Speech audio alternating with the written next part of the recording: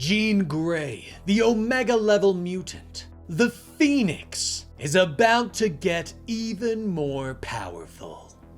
A sun is dying. Massive waves of energy wash away from the dying star. Flares reach out with fiery tendrils to the nearby planets. Further away, on an inhabited planet, a religious order has gathered. There are looks of despair and fear as the congregation stares up at the flaring star in the night sky. But a holy man stands before them. This is not the time for fear. This is a time for gratitude. To be thankful that the one true has provided us with this opportunity. To show piety. This is all part of the plan, the holy man shouts. But not everyone agrees with him. The holy man looks on in disgust as some try to run, as if they could flee the dying star. You would defy the will of the one true? He demands as guard believers pull the fearful back. If we run when the one true calls on us, then we are certainly not worthy. Whether the road is paved with flowers or ash, we will walk it together, he says with a smile. Suddenly, there is another flare and the temple around them begins to crumble. A young girl looks up in shock as someone seems to appear from the flare. Jean Grey, the Phoenix, hovers over them. She waves her hand, knocking away the debris that could have hurt some of the believers, and slowly lowers her fiery body to the ground. But the holy man glares at her. The Phoenix? I knew you would come for us, that you would destroy us like you have done so many before, he growls. But Jean shakes her head. I am not here to harm you. Your son is dying, and it will take you and your people with it. But I won't let that happen, she says. Her voice sounds like the roar and crackling of a fire. She leaps back into the air and flies into space, arriving at the dying star in moments. She spreads her arms wide, as if the wings of a phoenix. She holds out a hand and begins to call to the flames. The great cosmic entity powers her, and the flames of the sun listen. Meanwhile, at an Omega Core intergalactic prison known as Kyln 2, Richard Rider is trying his best to save the universe's worst criminals from being sucked into a black hole. We should just leave them! When this black hole collapses, it will take everything and everyone with it! Cade shouts to Nova as they rush down the prisoner corridors, but Rider shakes his head.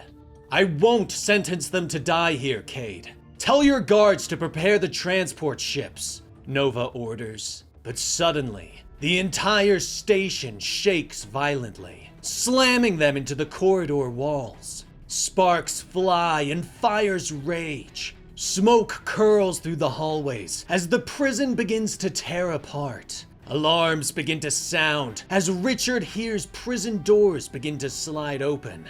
He struggles to his feet, turning quickly as he tries to see through the smoke. Nova! Morgue is free! A prisoner growls as he launches through the smoke, slamming into Nova and knocking him away. He reaches out and grabs Nova by the face.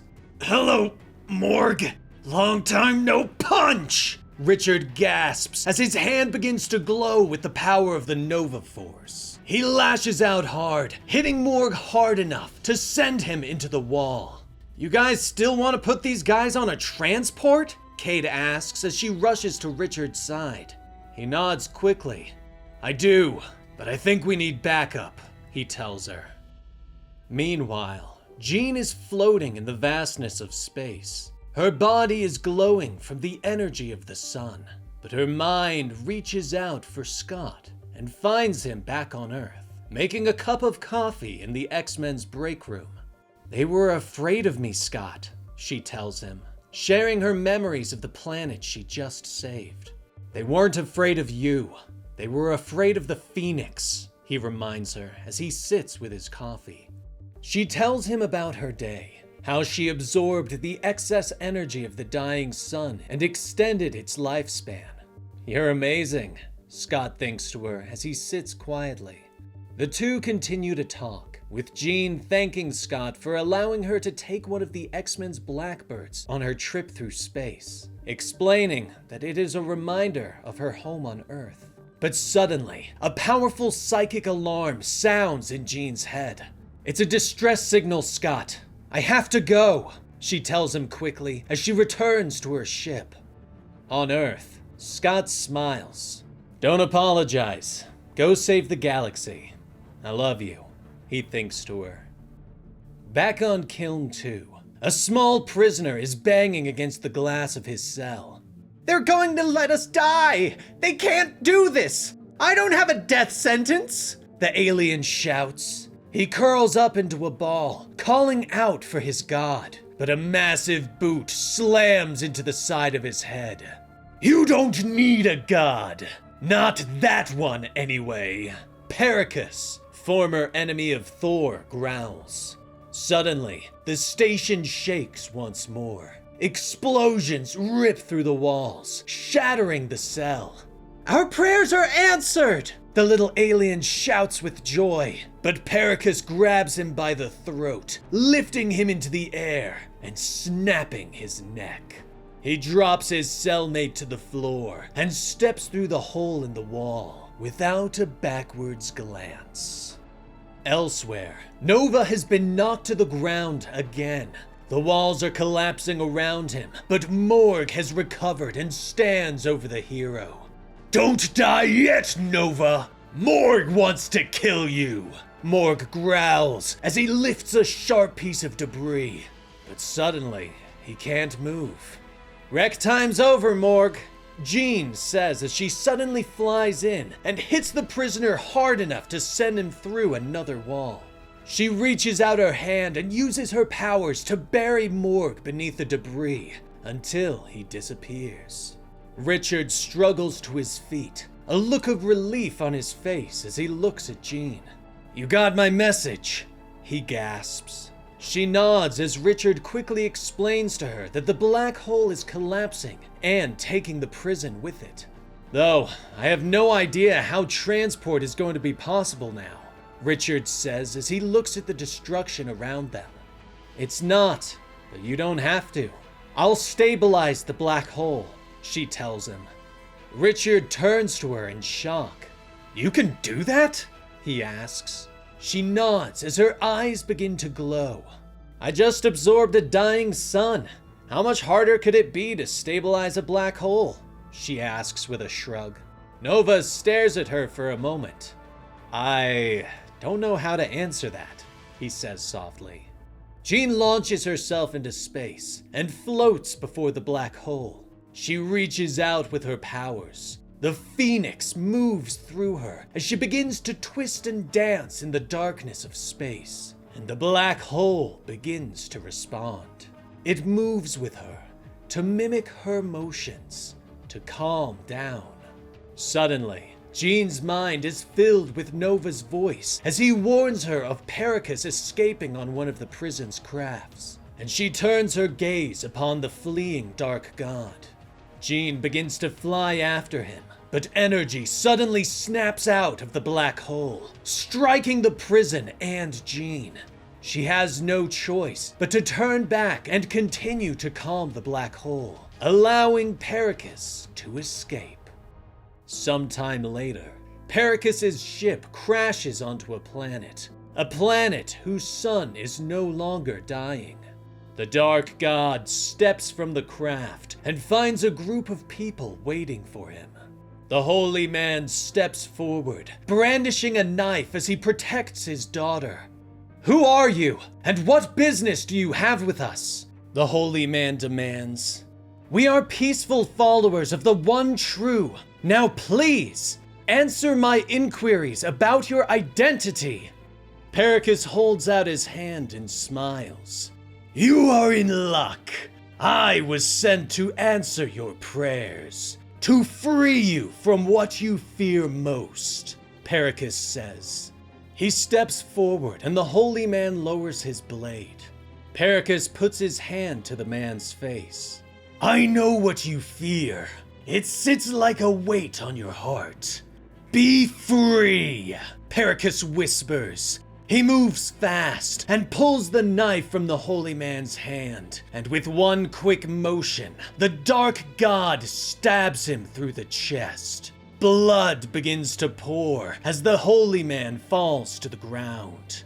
Adani rushes to her father's side, but it is too late. He is gone.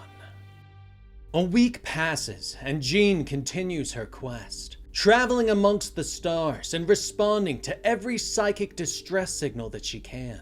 But even though Jean, the cosmic entity known as the Phoenix, does not require the basic necessities of life, Jean Grey, the woman, is exhausted. In a rare moment of quiet, Jean walks across her ship and drops into her bed, sighing deeply as she stretches out. I never thought I'd miss having Scott brew coffee for me, she says with a sigh, thinking of the weak and watery drink that her husband used to make. But her relaxation is quickly cut short as proximity alarms begin to sound across her ship. Ugh, of course, Jean groans as she sits up. She is outside in moments, scanning the incoming and damaged vessel with her mind. Only sensing one life form, she thinks to herself as she blasts her way into the ship. She reaches out with her powers, calling for the person. Suddenly, a door opens and Jean's eyes widen in surprise. I've always wanted to be the damsel in distress, and what a better way to reconnect with my favorite daughter-in-law than a daring rescue, Corsair says as he staggers out into the corridor. Jean wants to ask questions, but there isn't any time. She quickly grabs Corsair in a psychic bubble and flies out into space. Whoa! Cool force field, Jeannie, Corsair calls to her. Thank you. Now please, stand still, she snaps at him. Meanwhile, on a planet that was doomed to explode but didn't, the young Adani buries her father in the dirt. The wind blows through the nearby trees, and leaves fall to the ground at her feet. Tears fall from her eyes. From behind, Pericus steps from the shadows of the forest. Do you feel better now? Now that you have covered your father in dirt? The dark god asks her. Pain and anger flashes across Adani's face as she reaches for her shovel. She turns on the god with a bellow of rage escaping her lips as she hits him with the shovel again and again. Finally, her strength fails and the shovel falls to the ground. Pericus is unfazed. He stares at the child for a moment before kneeling down to her. Let me ask you something, child. Your father, what did he love most in this universe? Pericus asks her. But he doesn't allow her to respond, and he stands tall once more, a glowing ball of crackling energy in his hand. He explains that men like the priest enjoy power above all else, but they think that power lies in belief, when in reality, it is something to be wielded. Hold out your hand, Pericus orders. Adani does as he asks, and the ball of energy leaps into her own hand, responding to her touch.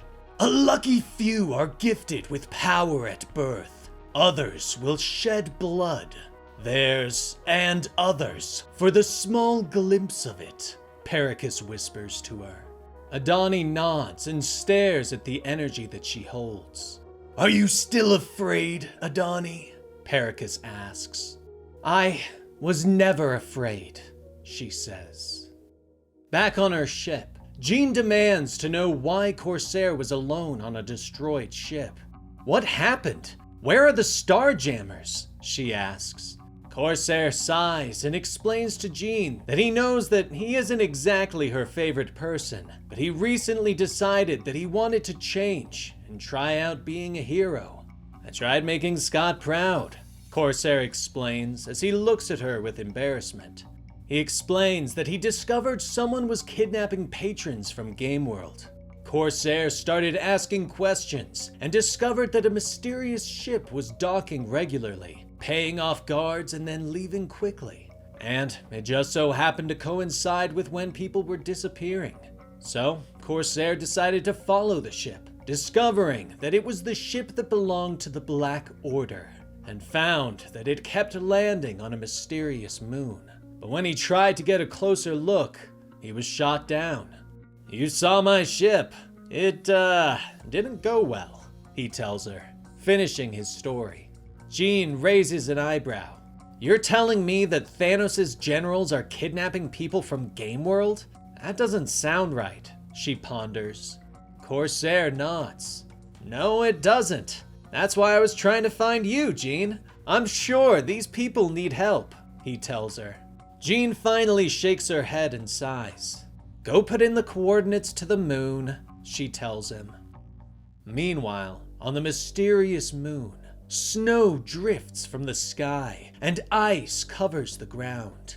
Proxima Midnight and Black Dwarf stare down at the slaves that they have captured, ordering them to move forward. But several small Skrulls are trying to escape. One manages to slip free of his chains and starts to run away across the ice.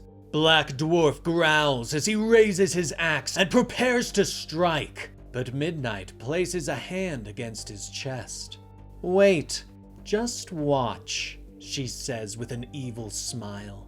The small Skrull continues to run, a smile pulling at his lips as he believes that he has finally escaped. But suddenly, the ground begins to rumble beneath him, and the ice cracks at his feet. Blue hands reach up from the depths and pull him downward.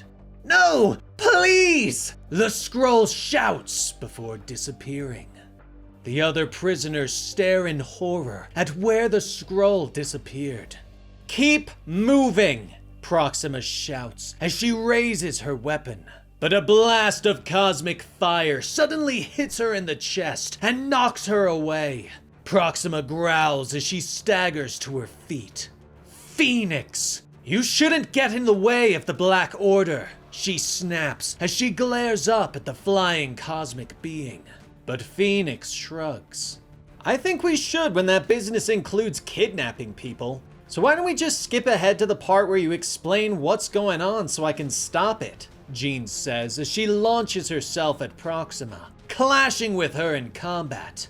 Corsair jumps down and realizes that he is staring up at the hulking warrior that is Black Dwarf.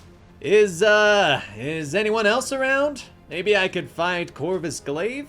No offense or anything, I just feel like fighting me would be so boring for you, you know? Corsair notes. But Black Dwarf grunts and swings his axe. Corsair manages to jump out of the way and draw his sword, preparing for a fight. Meanwhile, the prisoners look up in shock. They know the history of the Phoenix, how she has destroyed worlds, but now she is fighting for them. Suddenly, the ground begins to rumble beneath them and the ice begins to crack. Jean looks down at the noise and is surprised as blue hands reach up from beneath the ice and begin to pull the prisoners down. "No!" she shouts, leaving her battle and flying down to the ice. "Hang on! I won't lose you!" she shouts as she reaches down. But suddenly, blue hands reach out and grab hold of her. The frozen fingers sizzled against her hot skin. Jean looks on in amazement as the ice cracks completely and an army of Viking Draugr pull themselves to the surface of the moon. Elsewhere, outside of space and time, at the edge of the universe, Adani finds herself in the quarry of creation, in the graveyard of the gods. Pericus leads her forward. His voice barely whispers in the darkness as he orders her to stay close. "The quarry isn't always kind to visitors," he tells her. But Adani stops at the skull of a massive dead god.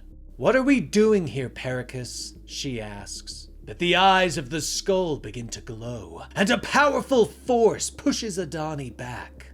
The skull's mouth opens wide, and a voice issues forth.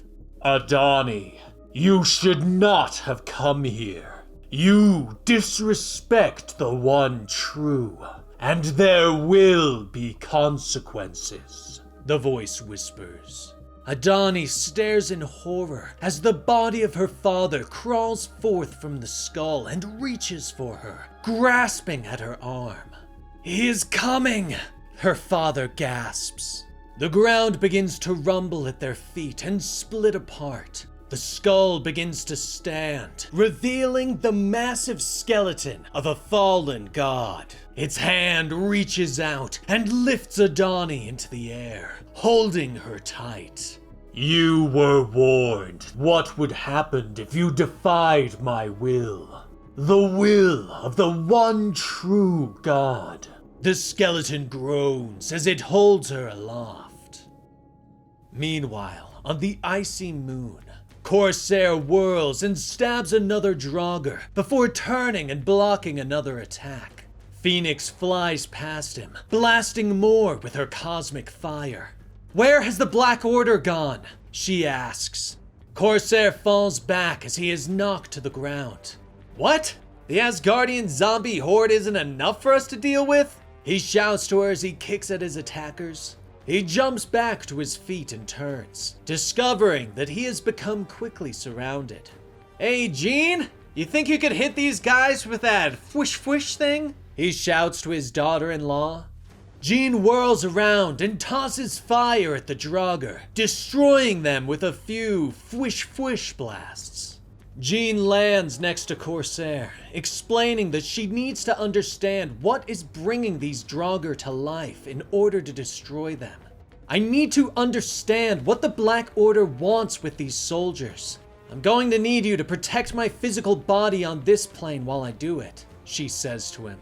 Corsair doesn't understand what she means, and Jean doesn't take the time to explain as she reaches out her hand and places it on one of the Draugr's foreheads.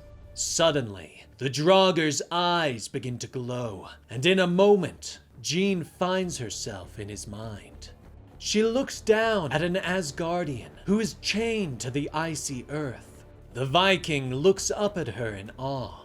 The Phoenix, I know you. The stories of your power. Please, the man whispers as he holds up his chained hands. Please, can you help us? He asks. Jean looks at him for a moment. I would like to, but first, I need to understand. Who are you? She asks. At the quarry, Adani stares at the massive skeleton god. You're not real. You're just a ghost. Just something I'm seeing, she shouts at it. But the god shakes his head. Belief does not dictate reality, he rumbles at her. He peers at her, noting the anger in her soul. The gods have taken much from you. Allow me to give something back, the god tells her. Images suddenly flash before Adani's eyes. Images of her past and future. But the future shifts, and she sees herself different in each one. You were brought here to the quarry for us to judge your soul, to judge what you are and what you will become, the god says as he places her back on the ground. He motions to the images, the different versions of her future self. Hurt, anger, loss, even love. All of these things are inside you, and any one of them could dictate the direction that you choose. So, ask yourself, Adani, who are you? The god asks. On another plane, the Asgardian warrior tells his story. He was once known as Hakan, and his sin was that he loved his home, Asgard. He saw that Odin was a petty ruler, and that his son would also lead Asgard to bloodshed. Hakan believed that Asgard should be a peaceful kingdom, and so, to reach his goal, he gathered his warriors and rose up, but they were defeated by Odin and his forces and condemned to an eternal torture as the Draugr, trapped beneath the ice of this moon. I suppose even I underestimated Odin's cruelty, Hakan notes as he finishes his story. Jean kneels before him.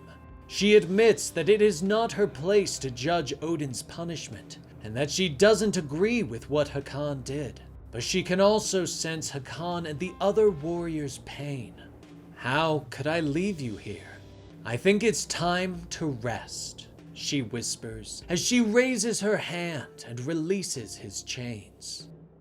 On the moon, Corsair whirls and slashes, keeping the Draugr away from his daughter-in-law. If you surrender now, I might just let you...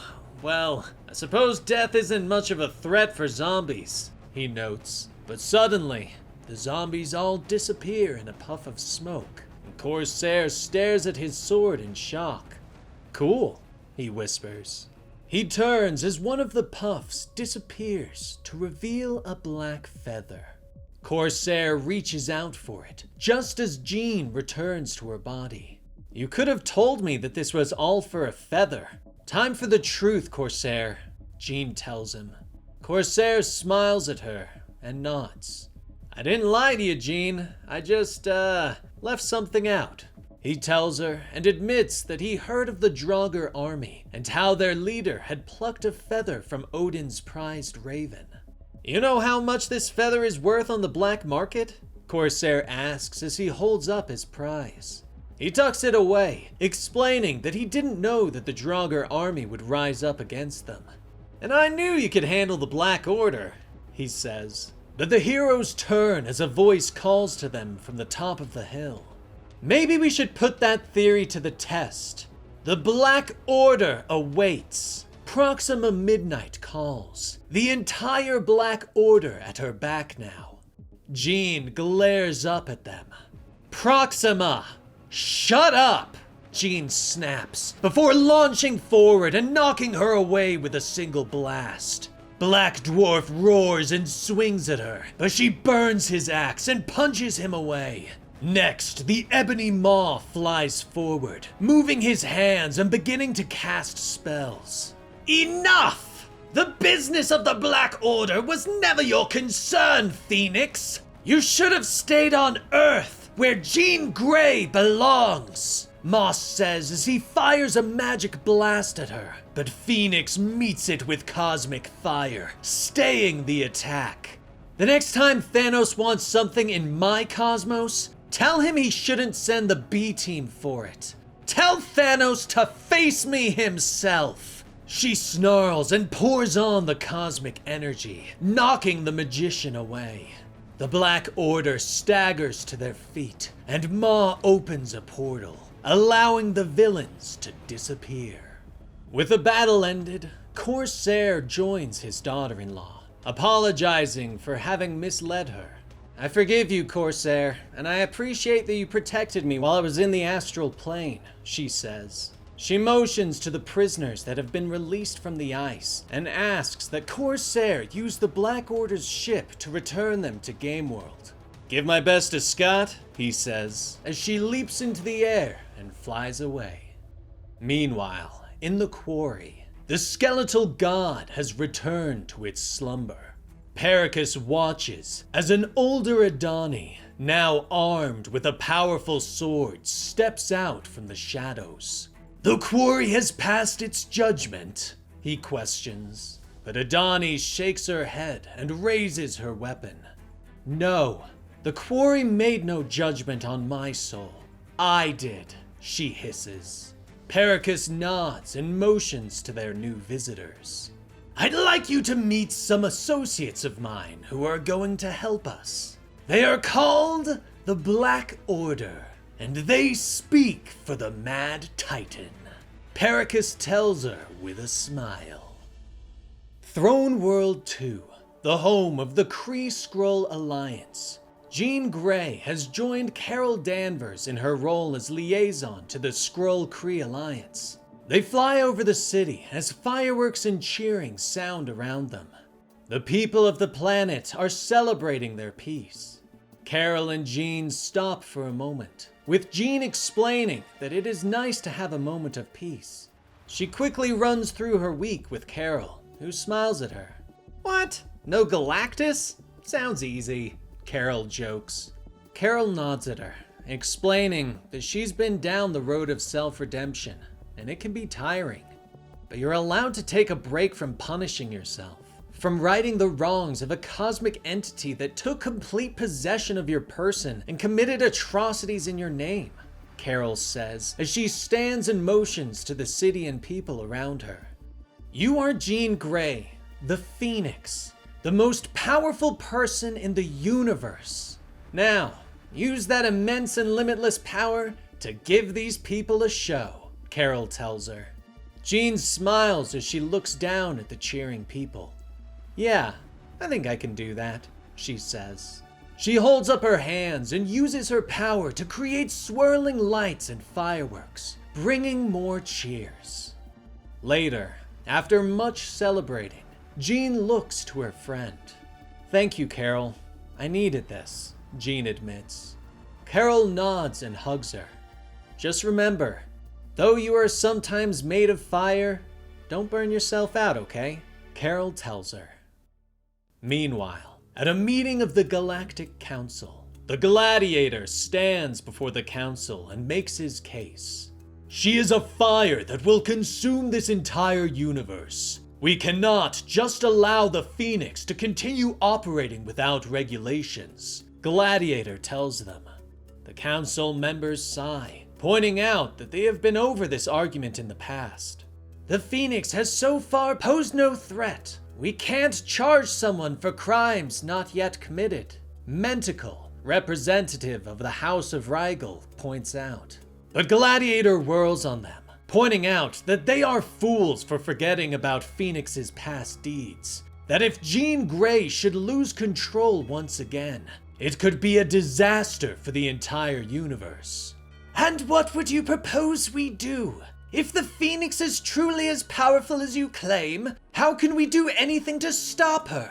Empress Kuga asks. But a new voice rings out. Stopping her isn't the answer. You need to control her, Pericus says as he steps into the chamber, flanked by Adani. The council is outraged, shouting at Gladiator for allying himself with a dark god. But Pericus holds up a hand. Please, reserve your judgment for the time being. I ask nothing more than the opportunity to prove that the Phoenix is the greatest threat that you have ever faced, Pericus tells them with a smile. Meanwhile, Jean is still enjoying the celebration on Throne World, but suddenly, a voice reaches out for her mind. Phoenix! We have business, the voice whispers. Jean looks around and excuses herself from the celebration. She moves through the crowd of partygoers. Who are you? She asks with her mind. Your executioner, comes the response. Jean nods and looks around, trying to find the person reaching out for her mind. Okay, you want to fight?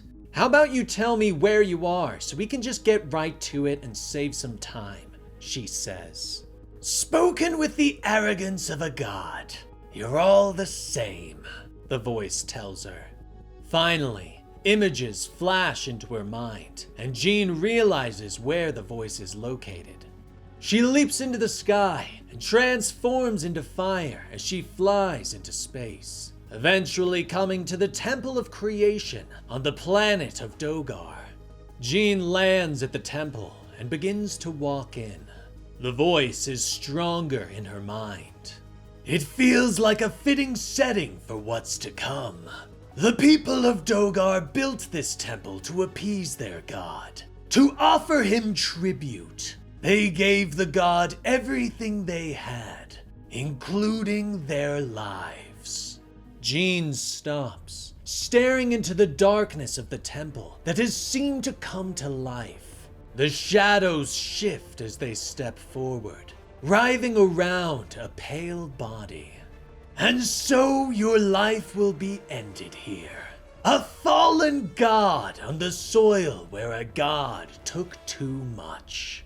Gore tells her with an evil smile. The shadows solidified in his hand as a weapon. Jean stares at him for a moment, fire burning around her. Gore, the God Butcher. There are many problems with your plan, but the biggest one, I am no god, she says before launching forward. Could have fooled me, Gore snarls as he raises his warhammer and swings it at the Phoenix. A god by any other name is just as rotten, Gore bellows. Jean blocks the attack, but Gore's body suddenly begins to break down, becoming a mass of symbiotic bugs and snarling alien snakes. The creatures hiss and attack Jean, though she manages to burn them away. The last god I faced believed he could kill me by absorbing the All Black, Gore says as he appears again, slamming the hammer into Jean and knocking her away. Thor was an idiot and only strengthened my connection to the All Black, allowing its symbiotic core to replace my heart. Now, All Black is me, and I am All Black. He gloats as he rushes at her, but Jean allows the fire to burn brighter and stronger around her. Well, if you're just gonna tell me what part of you to target, she points out. She grabs hold of Gore and lifts him off into space, trading blows with him as they leave the planet's orbit. But Gore does not relent, and his black heart stabs at her. A gasp escapes Jean as the flames begin to die out, and her body begins to float through space. Back at the Galactic Council, the council members are confused as they watch Jean's death.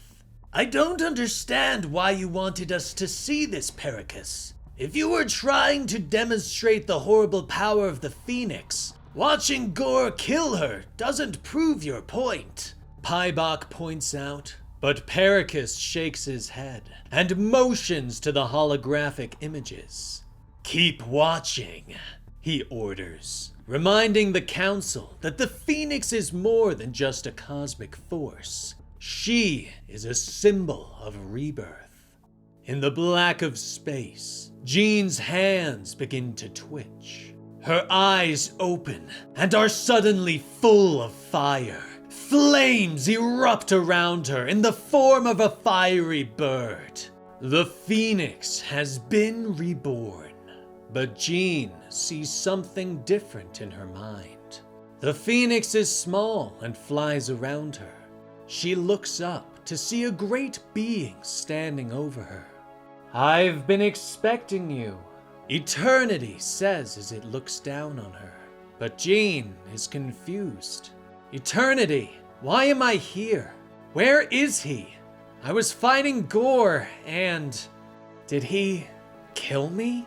She says as she looks at the swirling universe around her. That is why you are here. You are here because you are still thinking of living and dying instead of becoming, Eternity tells her. He raises his arms, explaining that Jean must become all that is. The small phoenix lands on her shoulder, and Jean smiles up at the ancient cosmic being. Okay, since you seem to be incapable of speaking in concrete terms, let me see if I can start answering my own questions, Jean says, figuring that her mind has been placed in this psychic pocket in response to Gore killing her. But she still doesn't understand Eternity's sentiment, since she has already become the Phoenix. What more is there to become? She questions. Suddenly, the being known as Eternity shrinks down so that it is her size. He reaches out a hand and places it on her forehead. I will show you, Eternity whispers to her. Suddenly, the vast universe is shown to her in a blur of motion. Cosmic beings that act as the personification of the very core of the universal principles dance before her. It is time for you to join us, Phoenix, to become creation, Eternity tells her. He holds out a hand and takes hers, dancing with her among the stars. We have been watching you, the hero, but you know you are more than that. Why are you holding back? We can feel the walls, the prison you have built for yourself, he says as he swings her through the cosmos. Because I don't want to lose Jean Grey, Jean whispers. She pulls away from him. If I let go and become what you suggest, what if I can't control it? She says. But Eternity shakes his head, reminding her that she is the Phoenix, that she is creation itself, that the Phoenix does not exist alone. There's a piece of you in every star, every planet, every being. You are creation, Eternity tells her. On Dogar, Jean suddenly bursts into flames. Gore whirls on her, shouting for her to stay down. But Jean's fire burns bright and hot, burning through the symbiotic creatures of the All Black. Jean continues to burn, burning through Gore himself, until all that is left is the small and petty symbiote heart that he had become. You were wrong, Gore. I am not a god. A god has limits, she tells him. She reaches out a hand for the symbiote heart, preparing to burn it to cinders. But Jean suddenly shakes her head and looks to the heavens. You have caused so much pain, but as a star, you will nourish an entire ecosystem of planets, she says as she puts a small flame into the symbiote heart and sends it into the heavens, allowing it to transform into something more. Meanwhile, the council watches in wonder at this display of power. The Phoenix is dangerous. She stands in opposition to everything you have built, to the order you are trying to maintain here, Gladiator tells them. Finally, the council begins to murmur in agreement. Suddenly, the holographic image of Jean turns and seems to look at them all. You know, I can hear you, she tells them. Gladiator seems unfazed. Then you know that your presence is not wanted, Phoenix, he tells her. But Jean shakes her head, explaining that she is merely here to help. She glances around the chamber and glares at Pericus. I wondered where you crawled off to after you escaped prison, Jean says, promising to hunt him down. But Gladiator uses his heat vision to shatter the image. The council seems shocked, but Gladiator glares at them all. Enough! The Phoenix is coming. An alliance with Pericus is our only chance at survival, he tells them all. On Dogar, Jean looks up as Adani approaches her.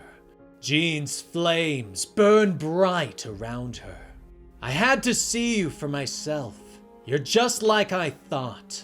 Volatile, Adani says as she glares at Jean. Who are you?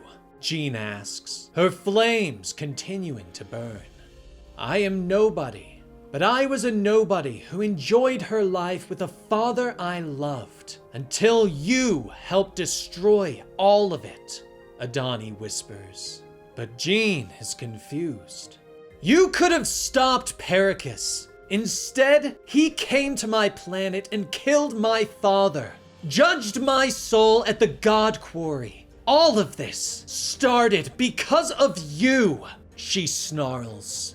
Jean tries to explain, but Adani wants none of her words. She draws the sword she gained from the quarry and leaps forward, slashing at Jean's arm and hurting her with psychic damage. Jean is shocked as her arm begins to bleed psychically.